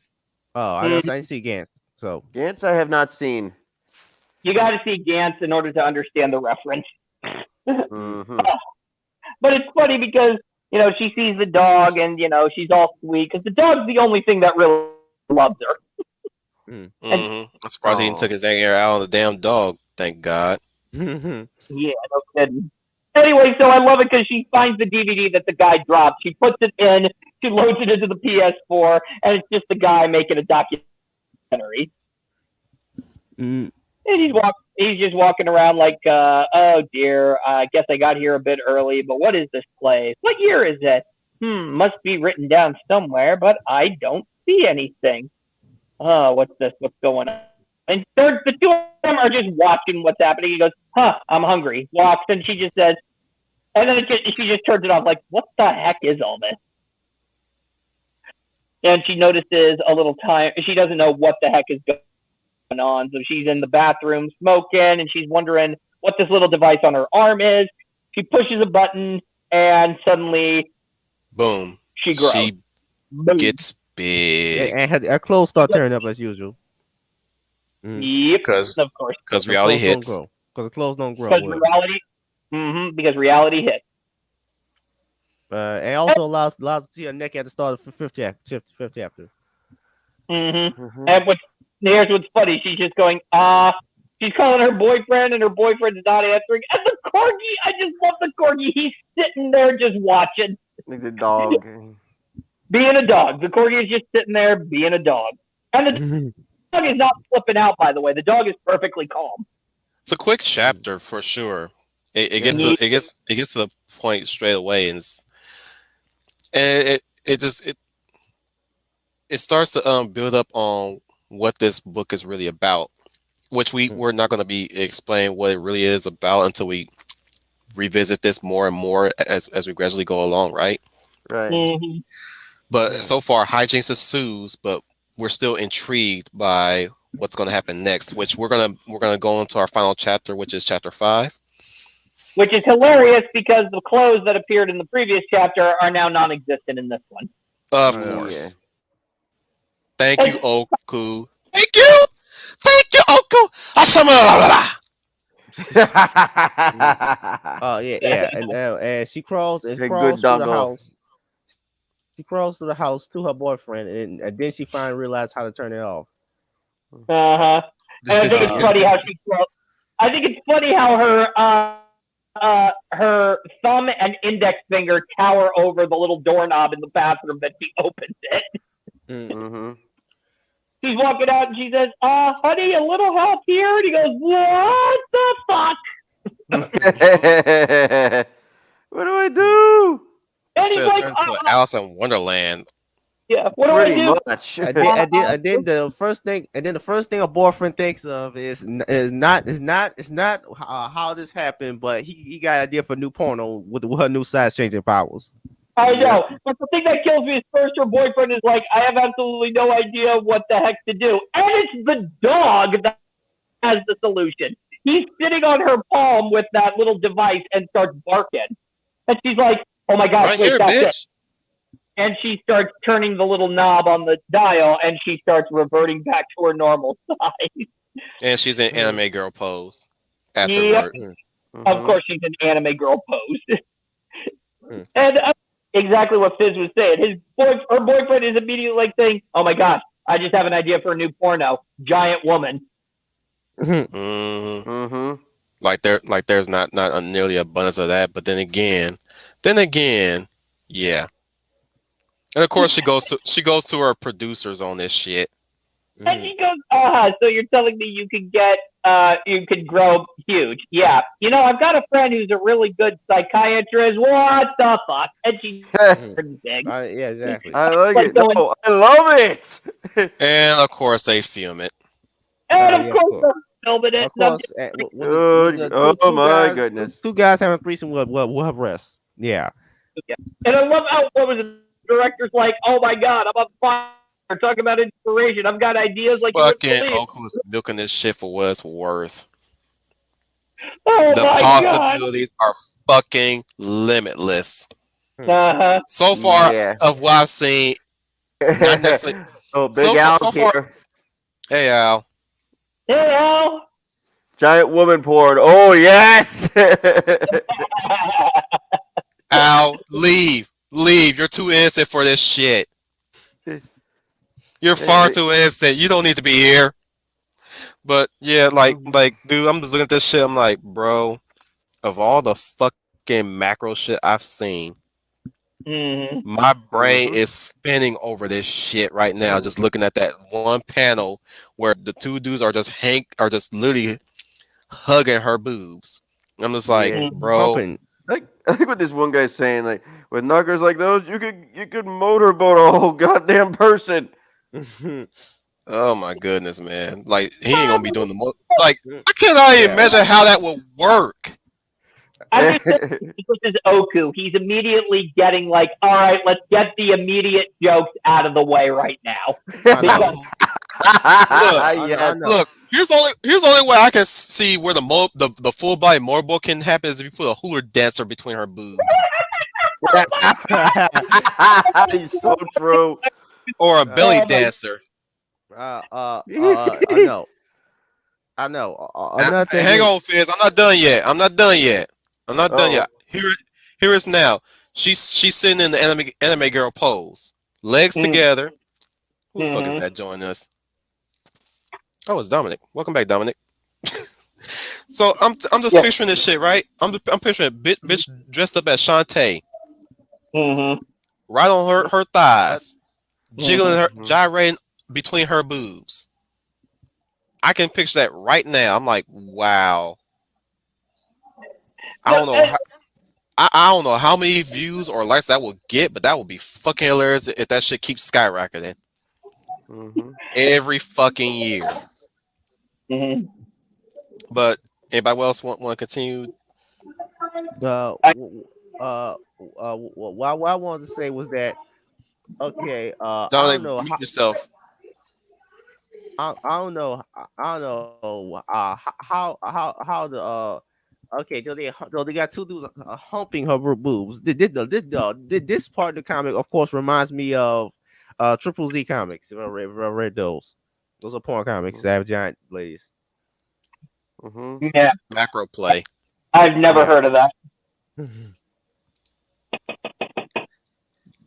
Just a easy comic thing. I think somebody already did. He got a book called Damn Gang. Oh my god. At least Al's having fun.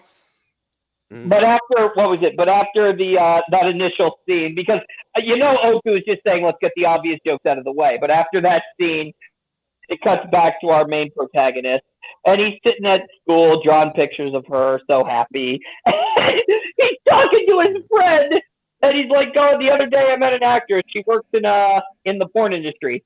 Man, you are a total dog." Oh, go on. Who is she? Papiko. And he's like, I never heard of her. Let's see who she is. And he's looking online, and he goes, what the heck? Her boobs are huge. They're ginormous. She's a total babe. What's her story? Is she popular? Is she foreign? No, she's half Swede, apparently. No way! And you met her? Did you get an autograph session or something? Actually, she lives in my neighborhood. You met her one-on-one? She hasn't been online for a while, so I don't know if I'll see her again. You even swapped phone numbers? Fred's having the total geek out moment. I love it. It's great. And it cuts to that night where she's like, hey, can you come over? And of course he goes like, yes. Come over? Yes. And he finds her at the restaurant and she says, sorry, I only ever seem to invite you out late at night. It's totally fine. And she's like, what's wrong with your wrist? And she's like, yeah, about that. You remember that one weirdo who walked around with the helmet on? Oh, yeah, the old guy hanging around the station? Yeah, the old guy. Well, I saw him get hit by a car. Oh, shit. And it's like, I tried to call for an ambulance when he stuck this on my arm. It's sort of stuck. And immediately you show they're already setting him apart from her boyfriend because he's all like, are you okay? Is everything all right? Are you hurt at all? Stuff like that. Like, these are questions her boyfriend should have been asked. I know. Yeah, compassion. And she's like, he sort of turned into a doll. Excuse me, what? And she's like, what am I even saying? You know what? Forget it. Here, can you just watch this DVD for me? It's all I can offer, please. And he's like, yeah, I guess I could look at the DVD for you, I guess. And she's like, see ya. And as she's walking away, he calls out to her and says, hey, do you want to ride back to your place? My bike is built for two. And she's like, yeah, sure, no problem. And they have this wholesome moment together where they're just riding along the way. And she's like surprisingly comfortable around him. And she says, hey, look at the stars. Have you ever seen so many in one night? And he looks up and he says, no, I really haven't. And the chapter ends with him looking back and noticing how beautiful she is. Fly me to the moon. Na, na, na, na, na, na. When the moon hits your eyelash, you make me so sad at the Monet. Well, we have to end it on here for now. Of course. Well, yeah. I know, but if the first chapters haven't already hooked you in, if they couldn't hook you in just by those 5 chapters alone, then there's no helping you. We won't beg you to read more. We're not those type of people like, just keep reading. It gets better, I swear. If you're not interested, fine. Find something else. And hope you enjoy that one too. We're that crowd. But other than that, dudes, so far I hear that Schooner is already pretty much at the end. Yeah. Brian is dragging his feet. And I got much further than that, of course. I think I got around the first 10 or so chapters out. If I do believe. So next time we'll do up to chapter 10. Excellent. To me. But I'm also going to say this too, to anyone thinking that this is just some simple, it's a typical male fanboy fantasy type deal. No, there is nudity. I'm going to say it. Okay. Big warning there. Explicit nudity. There's explicit a lot of shit. Yeah, but there is a story here, and the story is really good. And I actually think that they've handled a lot of the adult subject matter in a very tasteful way. Leave it to the Japanese to do that shit, unlike us. Yeah. Yeah, that's the thing. American media is very childish when it comes to this sort of stuff. Well, this could never be made in America. This could Of course never be not. made. Bro, I would love to see a fucking live adaptation of this shit. Oh no, Netflix don't want to do that. Until They Netflix probably don't want to do would. it. They probably there. They go have a be clothed all the time and have not be a porn star. Instead, she's instead A sex she worker. Instead of being a sex worker, she's gonna be some kind of online activist. Right. Here's And how I would think they would mold it. They'll try probably make her a sex worker, but they'll downplay every fucking aspect of that lifestyle instead of a porn star. Right. Yeah. Because sex workers are in. And here's the thing too: they would also probably take out of this, especially in the manga, they'll take out that real codependency she has with the high school student.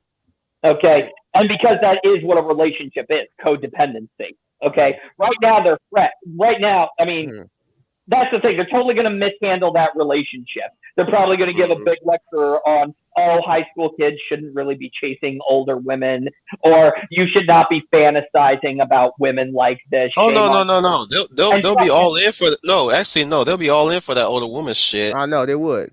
It's only when it's the other way around. There's a problem. Yeah. No, the thing is, he's going to be that very. In fact, she's going to be the one that's figuring out shit. He's going to be the one that's simping for her. The boyfriend's going to be. They're going to make the boyfriend like look, Ryuji, the boyfriend. He's a shit. He's a complete shit. Yep. Make no mistake about it. But he's handled very maturely in this story. Now, now, mind you, he's handled all too real in this story. I don't know how many people has witnessed abusive relationship or even been in an abusive relationship, but yeah, Ryuji will feel real to you. So mind you on that one. You might have PTSD for that shit. But the way, hang on, Schooner. How they're gonna handle him in the adaptation? They're gonna exaggerate the shit out of that. And you can probably have him die horribly through some. He'll be like the straw man of the toxic male. I know. I didn't have. He'd be just like the purple man. Is that almost? But except exactly, it was a straw man. It was just a straw man. That's it. Exactly. Yeah.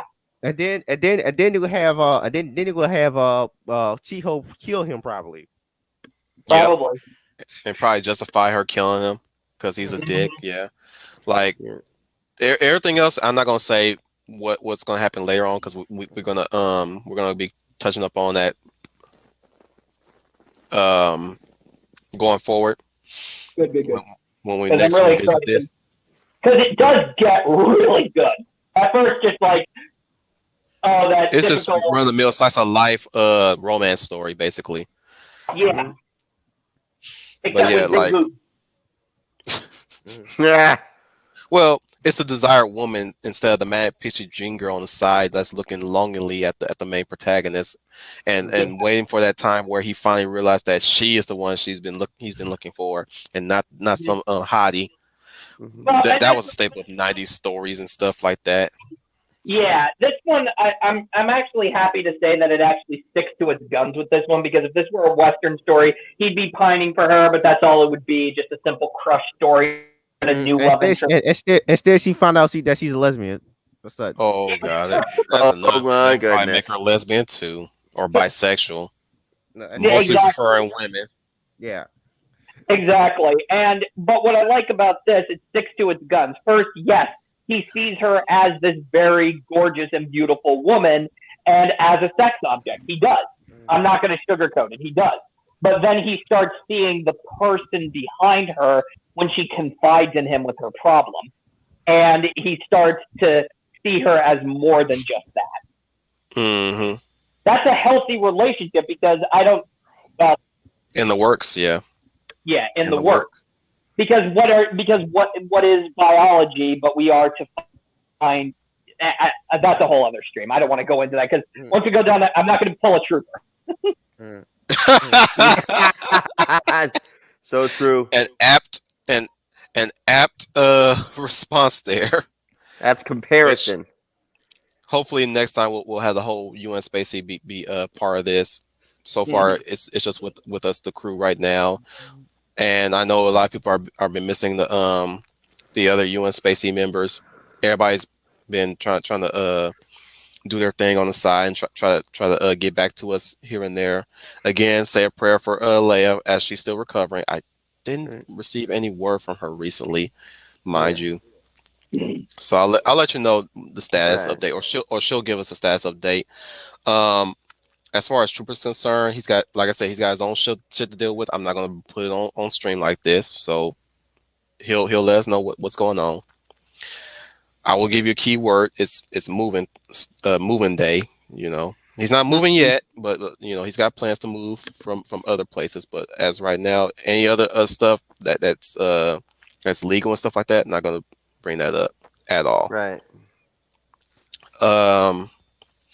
Eloise, she's busy with school, but she's making an effort to be with us for a while until she leaves.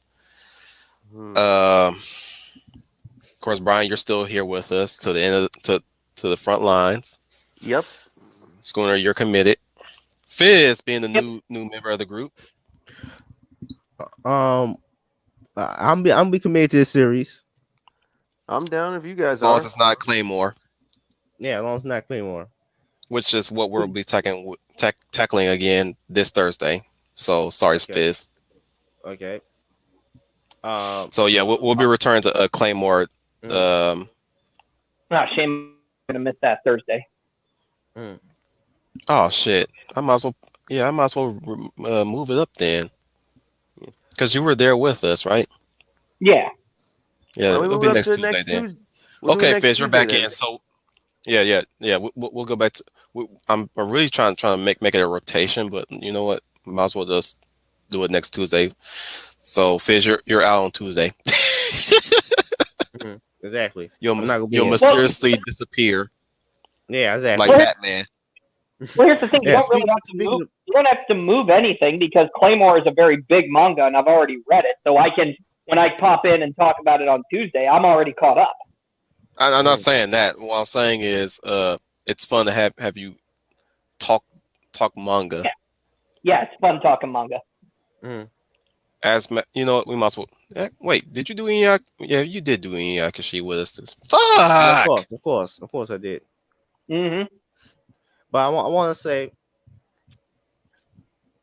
I want to say, speaking to Batman, tomorrow can we go on is anybody available to go on my channel and talk about the Batman trailer? Or doing I can't tell you what time though. No, I can't. I'm not available. I'll be busy during the day for a while. What day is that? Tomorrow. Tomorrow. I'm probably gonna be busy myself. Wednesday's a tough one for us, but I ain't got shit to do on Wednesday half the time. But I do work out, so I'm gonna be working out tomorrow for a while, and I'll be back in the afternoon somehow. Okay. Let me reschedule something. Reschedule something because okay, Monday.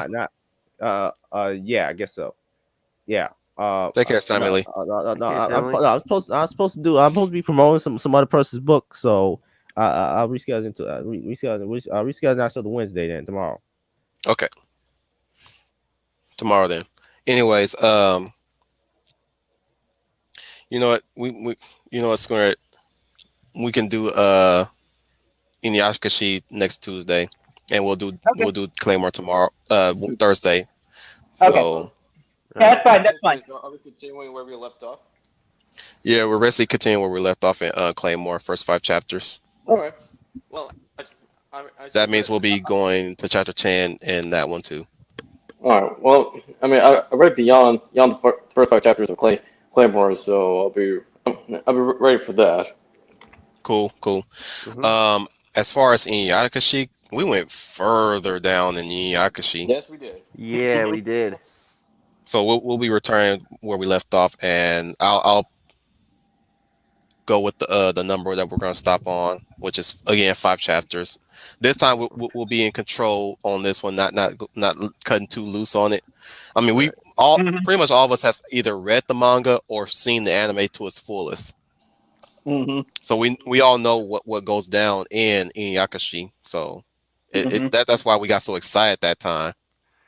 Oh yeah. and then we'll continue Thursday with Dorohedoro. Sorry, Schooner. That's fine. So yeah, we'll be making this a sort of weekly event. Actually, no. Hang on. Let me see. Actually, didn't we plan to watch Vampire Hunter D Bloodlust? I believe at some point during this Month of Halloween. Month of October. Yeah, it was supposed to be on the 25th. Mm-hmm. We're supposed to pre-record it. I think we were supposed to do it on the 21st, right? Let me see. Hang on, got to check my schedule. Cool. Because October is almost about to finish. Right. No, and we haven't even gotten around to doing the 21st is this Thursday. I know, but I'm saying like what day we picked before the 25th? We're supposed to do it on? I think it was the 24th. Yeah, it was Sunday, but unfortunately I worked that day. You want to do it next Tuesday? I can do it next Tuesday. Might as well.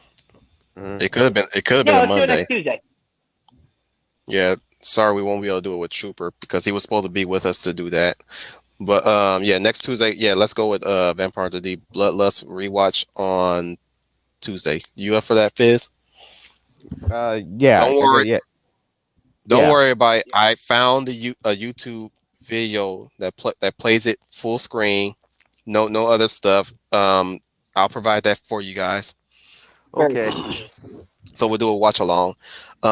Please check your volumes because it's got the same problem that Princess Mononoke has, where people are fucking low as fuck and the music is fucking high as shit. Yeah. I hate it when that happens. Yeah, that tends to get annoying. And that's mostly Americans dubbing right there, to be exact. I try to look for it on. Let me see if I can see if it is now been added to Zoro TO, and maybe we can watch that without ads cropping up. Right. You could just download the video and then play it. Yeah, but yeah, we can do that, but still. Oh, it is on Zoro TO finally. That works for me. So I'll link you guys Zoro TO, and we can watch it ad free. Nice. Because last time I checked it didn't have it. I was like, oh man, I guess we'll have to scour YouTube for that one. By the way, did you guys know that there's an anime Starship Troopers? Yep, I did. I had no idea. It's on here. There's still no Last Exile. Mm-hmm. That trope again, huh? Mm-hmm. Still got that, but no Last Exile. No Last Exile. Pull them up. Parasite the Maxim. Y'all want to check that out one of these days too? Which one? The Max? No. Parasite.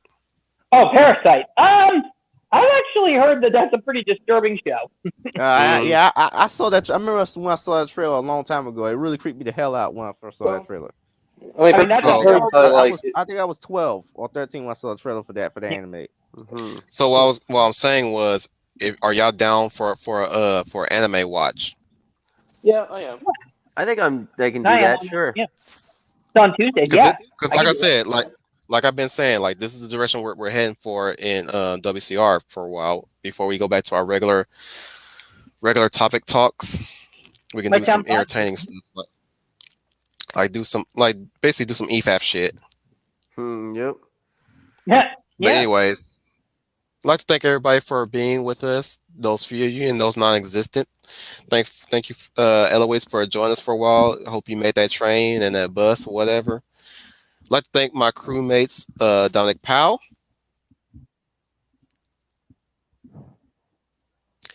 He will be right back. Oh, sorry. I'm actually muted, but hey, but let's be here and happy to be a member of this crew. Awesome.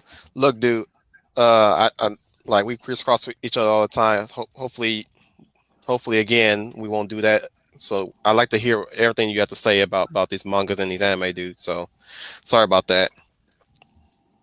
That's all right, man. No hard feelings.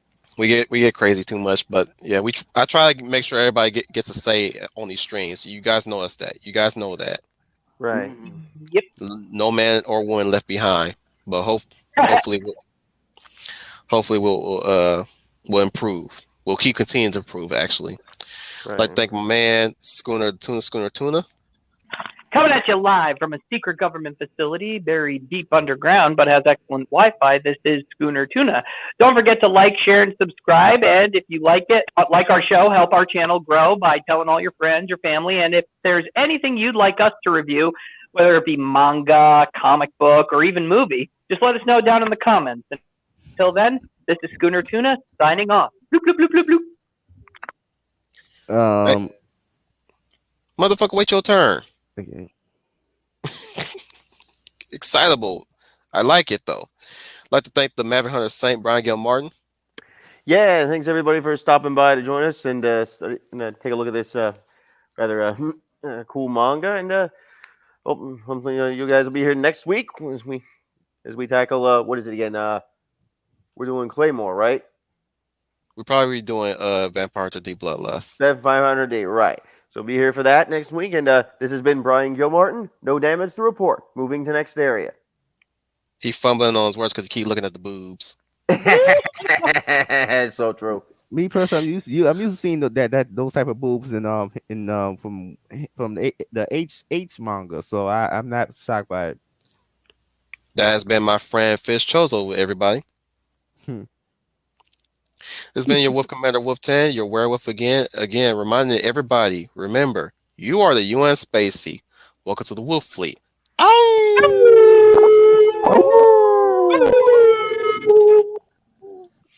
And this is okay, I got a final message for Ray Yakio Mada. Tonight, you pukes will sleep with your rifles. You will give your rifles a girl's name. Because this is the only pussy you people